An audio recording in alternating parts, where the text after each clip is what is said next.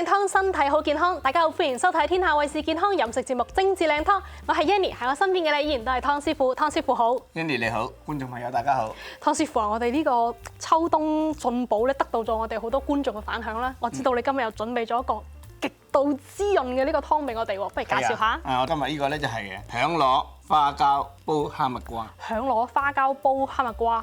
師傅啊，諗花膠響螺啦，咁我就知道係滋補啦。咁點解會配一個哈密瓜嘅咧？好似呢個比較少見喎。係啊，呢個係比較少見嘅湯嚟嘅，獨門秘方。獨門秘方。係。師傅其實我有做功課㗎。呢個湯咧，亦都係我哋傳聞中嘅叫做爵士湯。係啊。咁就喺呢個上世紀80年代嗰陣時咧，香港就有一位爵士咧，咁佢就好中意飲呢個湯喎。咁所以咧，佢每一次去一間酒樓度飲湯嗰陣時咧，都會自備材料去等廚師會幫佢煲㗎。所以咧，呢個湯咧就我哋今日做嘅就係佢嘅家庭版。家庭版嘅爵士湯咧，就用到嘅係花膠啦。湯師傅啊，咁我咧知花膠咧有啲又好貴㗎嘛，有啲又好平㗎嘛。咁樣我要點樣揀咧？花膠其實就唔使揀嘅，你望個價錢你就知道佢好定唔好㗎啦嚇。咁絕對？係啊，20蚊一磅又有，200蚊一磅又有，2000蚊一磅又有，咁你話邊樣好啊？我就係唔知，所以問你嘛。咁我哋就係揀啲比較適用㗎啦，即係適合自己嗰個經濟條件適用嘅。響螺片啦，乾嘅響螺片嚟嘅。即係市面上有嗰種係響螺頭嚟嘅。係又新鮮響螺頭又有，不過如果係煲湯咧，我建議就係乾嘅就香口啲嘅。哦，咁如果係有淨係得響螺頭，咁佢就切片就得啦。淨係響螺頭咧就係鮮味啲。哦，原來係唔同嘅。如果乾嘅咧，佢就個香味啲。哦。嗱，咁我哋搭配呢個豬展肉啦。咦，今次唔係瘦肉咯喎，師傅。因為我哋有花膠啦，有響螺啦，嗰啲都係比較利口一啲嘅。咩叫利口啊？即係肥膩嗰個膩啦。哦，啲油比較多比較立口一啲嘅，骨膠原比較多嘅。咁我哋所以咧就搭呢個豬展落去，啲湯咧清甜得嚟咧，又唔會咁肥膩。就冇咁多油啦，豬展。咁啊，哈密瓜啦，我哋依家選用咗半個嘅新疆哈密瓜嚟嘅，呢個係。新疆哈密瓜。係啦。肯定非常之甜㗎啦，已經。係啦，本身佢就好甜啦，好清潤啦，清心潤肺啦，咁咪養顏滋補啦，乜都齊嘅。係啦，養顏滋補，清心潤肺。係啦。師傅，我哋即刻整啦，我哋。嗱，咁我哋咧就嚟又係等佢水滾啦。水滾之後咧，又係落兩片薑落去啦。我哋擺我哋嘅煲湯三寶。擺兩片薑落去啦。今次呢個湯，我哋需唔需要話要擺呢個比較多嘅蜜棗去調翻個味咧？我哋唔使，因為啲哈密瓜已經好甜味㗎啦，係嘛？我哋所以落2粒紅棗落去咁樣，咁就得啦。水滾啦，放薑，放2粒紅棗落去。啊，師傅擺咗4粒嘅。咁咧，我哋就放啲響螺片落去咯喎。即刻放響螺片啦。咁響螺片，如果你係覺得係大嚿嘅，因為佢唔出味嘅。咁你可以將佢切一切碎佢，切細啲，係咪？哇！呢個要浸幾耐啊？係咪要提前1晚就要準備㗎啦？呢個有得4個鐘頭、5個鐘頭啦。哦，即係呢個湯就係要準備呢啲就要提前浸嘅，因為你係乾㗎嘛。放埋啲花膠落去啦。咁我哋俾觀眾朋友睇下啲花膠，我哋啲花膠就唔算話好名貴，不過都養顏嘅。個個都可以做嘅。家家都可以煮嘅，係真係養顏嗰隻嚟嘅。因為即係花膠入邊有好多呢個膠原蛋白啦，同埋骨膠原啦，對女士絕對唔可以走寶。嗱，我哋放埋啲豬展肉落去咯噃。呢度都好似有個半磅。有成磅喺度。成磅喺度咯。我哋係預早飛咗水㗎啦，已經放埋豬展肉落去，好啦。嗱，咁我哋嘅哈密瓜咧，我哋就將佢切大嚿。湯師傅，咁我哋就唔需要用到哈密瓜嗰啲核啊咁樣。哦，唔使，我哋去皮去囊，直接食瓜。我哋將佢大嚿切咗幾刀，因為我哋煲到佢腍噶嘛。咁睇嚟呢個湯應該都要1個鐘頭起咯喎。要啊，個半鐘頭啊要。個半鐘頭起。師傅，我可唔可以偷食一個？好。幾甜。果然新疆嘅哈密瓜真係爽甜啊！爽甜又脆口。嗱，咁我哋將啲瓜擺晒落去，之後咧冚蓋，又係水滾之後關細火煲佢個半鐘頭。個半鐘頭，好啦。咁師傅，我哋準備呢個湯嗰陣時，我哋就可以做我哋嘅蒸菜咯喎。係啊，今日我哋同觀眾朋友介紹呢個係火腩蒸梅菜。火腩蒸梅菜。好，咁我哋即刻去準備我哋嘅火腩蒸梅菜，一陣見。精緻靚湯第二季特別鳴謝我哋嘅贊助商 Dragonfly 蜻蜓派、康年海鮮酒家、北鼎 By Din、CMC 前進廚櫃，特別鳴謝師傅 One Kitchen。哇！師傅，我哋嘅家庭版爵士湯就已經煲緊啦。咁我哋而家就準備我哋呢個蒸菜啦。我哋見到有燒肉啦，梅菜啦。今次同大家講呢個係火腩蒸梅菜。點解會有啲咁嘅搭配咧？因為燒肉我哋廣東人必食㗎啦，係咪？咁呢個梅菜都係經常會見到。點解會諗到將呢兩樣搭配起身咧？咁我哋個個家庭食燒肉一大嚿啊嘛，係咪？冇人會買2兩，一買都買1磅。梗食唔晒嘅。係啦。食唔晒咁咪點咧？佢又唔脆㗎啦嘛。冇錯。咁我哋咪攞嚟蒸咗佢咯。哦，咁點解會搭配呢個梅菜咧？梅菜本身佢有野味啦，加上佢有燒啲肥膩啦。哦，嗰個梅菜扣肉係咪都係咁嘅原理？差唔多啦。哦，大師傅啊，呢個梅菜會唔會好鹹？梅菜係鹹嘅，如果唔鹹嘅就唔係梅菜啦，係咪？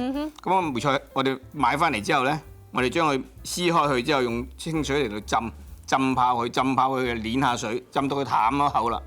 哦，咁有冇話要浸幾長時間先？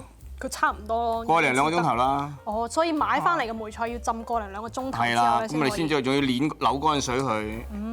淡咗之後咧，我哋將佢落翻啲油落去咯喎。哦，即刻就你要落啲油落去，如果唔係冇味噶嘛，係咪？花生油就得啦。係啦。你大概落啲油，3茶匙到嘅油。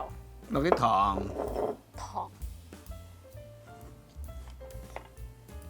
我哋擺啲糖落去。個1茶匙嘅糖。糖多啲都唔緊要。好。咁係2茶匙嘅。我哋將佢撈一撈勻佢。梅菜有冇話要點樣揀嘅咧，師傅？通常買啲梅菜王啊，咩甜梅菜啊嗰啲就好靚噶啦已經。因為喺我哋加州買咧，其實佢已經係裝好噶啦嘛。係。以前話喺中國買嗰陣時就係一程一程嘅。嗱，我哋將佢鋪喺底先，啲梅菜。我哋呢度大概準備咗幾多嘅？呢度1包咯。1包嘅。1包嘅梅菜鋪咗喺底之後啦，我哋將啲燒肉咧。燒我哋將佢切細佢，切細都唔緊要，因為我哋攞嚟蒸噶嘛要。哇！師傅呢嚿燒肉選得唔錯，係肥瘦相間㗎。係啊。我哋睇一睇。切落去之後咧，我哋仲要撈一撈佢㗎喎。哦，即係個燒肉都要調翻個味。係啦，咁我之後咧切落去之後咧，放喺度。我哋要撈啲味噶嘛，我哋切啲薑落去，薑大概係切啲薑花啦，我哋所有嘅薑花就係咁樣將佢切成，即係薑粒咁樣嘅薑片仔，好似指甲片我哋叫做嗱，每塊大概係菱形咁樣嘅，係啦，我哋切啲葱欖落去，葱白，4條葱白。呢個就可以切粗少少啦。喂，咁就有賣相咯喎。係啊。嗱，之後咧，我哋攞啲蠔油嚟撈一撈佢咯喎。我哋少少就夠噶啦。少少呢度。等佢有啲鹹鮮味嘅啫。哦，呢度大概係啦。3匙羹。係。3茶匙到。嗱，我哋將佢撈勻佢啦，有薑啦，有葱啦，有蠔油啦嘛，係咪？好啦，我哋將佢擺喺面頭，將啲燒肉擺喺面頭，燒肉擺翻喺面頭嗰度。係啦，擺一擺靚仔佢。咁我哋將佢一蒸10分鐘食得噶啦喎。10分鐘就食得。因為我哋全部係熟噶啦嘛，呢啲嘢係。咁係咪熟都係要水滾落喎？係，同埋蒸嘢都係水滾嘅。水滾啊嘛。我哋將佢擺落去。係啦，大家一定要提前預熱好個煲啦。冚好蓋。10分鐘。猛火蒸10分鐘。好，咁就得啦。好，咁我哋就休息10分鐘，我哋下一節咧就會有試菜時間啦。哇，你哋係咪等緊我嘅試菜環節啊？喂，你哋有冇發覺咧？今季我哋用咗呢個北鼎嘅電子蒸煲之後咧，超方便，所以咧我總結咗5個優點介紹俾大家。咁後邊仲有順嘢益街坊添。第一個咧就係我哋平時煮飯啦，又要炒餸，又要煲湯，呢度仲要蒸緊嘢添。咁有咗呢個電子蒸煲之後咧，真係方便咗好多啊！咁第二咧，嗱我哋蒸嘢咧最緊要咧就冇走氣啊嘛，因為平時嗰啲煲咧，哇走氣走得超嚴重啊。而呢個咧不鏽鋼蓋咧一冚落去咧就唔走氣，咁呢啲食物咧先可以均勻咁受熱。第三個咧就係我平時煮嘢咧都幾大頭蝦㗎，煮下煮下咧煲乾水都唔知喎。咁呢個咧水位線咧就喺隔離可以睇到啦，而且咧加水咧左右兩邊咧非常之方便。咁第四個咧就係上火快啦，1分鐘就會有蒸氣，而且仲可以校定時啊，唔記得咗都唔使擔心佢會自己熄機㗎。第5個咧當然就係清洗方便啦，啱晒我哋啲懶人啦。咁佢就有個隔渣層嘅，就唔會整邋遢個煲，大不了咧就送去呢個洗碗機度洗洗咧咁就得啦。嗱，咁話明係多功能電子蒸煲啦，咁仲有其他功能咧，我哋就唔一一介紹啦。咁我仲同北鼎咧拎咗一個獨家嘅呢個折扣咧，俾我哋精緻靚湯嘅觀眾。咁大家咧只要 scan 呢個二維碼，或者咧係去到我哋 description 下面嘅呢一條 link，喺結賬時輸入 SKY20咧，就可以獲得20% off 噶啦。點啊？呢個咁正嘅煲係咪想即刻帶翻屋企咧？歡迎翻到我哋嘅精緻靚湯嘅試食環節。哇，師傅，我哋已經期待咗好耐嘅呢個蒸火腩蒸梅菜啦，蒸好咗啦。蒸好之後咧，呢個一如既往嘅呢個燒肉嘅呢個香味同埋梅菜嘅淡淡鹹香鹹香，唔係喎，仲有少少葱嘅呢個香味都已經散晒出嚟喎。你想試邊個先？我試呢個野味嘅先。嗱，比較火腩。呢個好啱餸飯喎，真係。係啊，家庭啱啱好咯，呢啲啊。而且最緊要係快靚正。呢個標準食法應該係梅菜，跟住夾少少嘅呢個燒肉。好脆口啊！不過呢個脆口咧，你啲梅菜脆口啊嘛。呢個爽口咧，其實就唔係嚟自於呢個燒肉嘅，反而係呢個梅菜喎。係啊，喺梅菜好野味嘅。係啊，而且咧呢個搭配咧就係相當之新穎，因為我之前真係未試過咁樣煮，而且咧快靚正咧係好啱觀眾朋友，你哋可以試一試咁樣嘅搭配。係啊，又唔使浪費啲燒肉啊嘛。係啦，好啊，師傅，我哋要試下呢個雀士湯啦。好啊，嗱，你呢個咧，花膠、響螺煲蝦蜜瓜。因為呢個蝦蜜瓜煲湯，我亦都係第一次試。嗱，咁我哋咧落少少鹽啦。鹽多少咧你就悉隨尊便啦，都係悉隨尊便嘅鹽。因為佢已經蝦蜜瓜已經好甜㗎啦嘛。係。咁我就落少少鹽落去。調翻個味。調翻味。咁就得㗎啦。嗱，撩勻佢。即係已經撲面而嚟。比較攞頭花膠你啊！哇！我係聞到呢個蝦蜜瓜嘅味。令我諗起我哋上一季整咗個呢個係木瓜煲雞腳。係啊，今次呢個係蝦蜜瓜。嚟試下呢個湯，呢個湯唔係好多人煲，唔係好多人煲嘅。係啊，所以比較冷門一啲。比較冷門，但係正在係夠滋養。哇！呢個蝦蜜瓜真係好特別啊！呢個味佢咧比木瓜咧，佢有多咗幾分嘅呢個清甜啦，而且係有嗰種香味㗎。等我試一嚿花膠先。好淋滑啊！係啊，而且仲其實有少少爽口㗎呢個。哇！因為咧嗰個花膠咧係浸晒呢個湯嘅呢個味出嚟，所以哇正啊！呢個觀眾朋友一定要試一試呢個家庭版嘅雀士湯啦。好啦，如果觀眾朋友想重溫我哋今晚嘅呢2道菜嘅話咧，可以去到我哋天下衛視嘅 YouTube 衣食住行頻道咧，就可以揾到噶啦。師傅辛苦晒你啊！咁我哋一陣間咧就飲咗佢，然後咧我等你下個星期會介紹更加多精彩嘅靚湯俾我哋。好啊，好啊，好啊。我哋下個禮拜見啦。觀眾朋友再見。拜拜。